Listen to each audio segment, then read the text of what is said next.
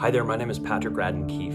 I'm a writer in New York and the author of the book Say Nothing, which is being published in French as Ne dis rien by Belfond. The book starts in Belfast, Northern Ireland in 1972 on a cold winter night in a housing development where a woman named Jean McConville was taking care of her children. Jean McConville was a widow and a mother of 10. She had 10 kids. And on that particular evening, there was a knock on the door and a gang of armed intruders came in and they took her out. They said to the children, "We just want to talk to your mother for a few hours. We'll bring her back." The children were clinging to her legs, but the gang brought her out of the apartment and the children never saw her again. She never did come back. So it's a story that starts with a disappearance.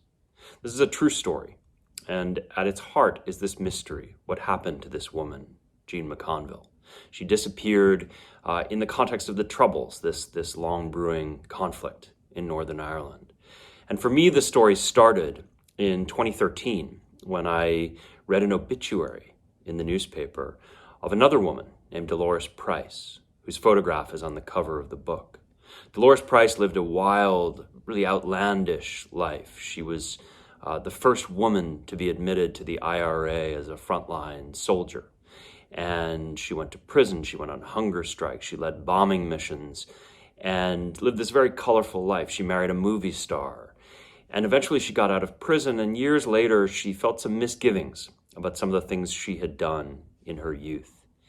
And what this obituary suggested was that there might be some connection between these two women, that Dolores Price may have had something to do with the abduction and murder of Jean McConville in 1972. And so this was the way the book started, is that I wanted to write a story about these two very different women, one of them a victim, one of them a perpetrator, and the act of violence that joined them together. And I wanted to look at the echoes of that violence over the decades, not just for the victims, but also for the perpetrators, and tell a story of the Troubles that was not so much a history book, but in some ways, though it's all true, a bit more like a novel, a story about a handful of people who were connected and what happened to them over the decades. During the years I spent working on this project, it felt often like a historical project. It was about a crime that happened before I was born in 1972. But there was a strange sense, particularly with the advent of Brexit, in which these issues which had seemed to be black and white issues from the past suddenly were brought very much into the messy present, and a sense in which, particularly in Northern Ireland, the past is not the past. The past is the present, and it haunts us still. So the book is called Say Nothing or Ne dis rien, and it's available now from Belfond. Thank you very much.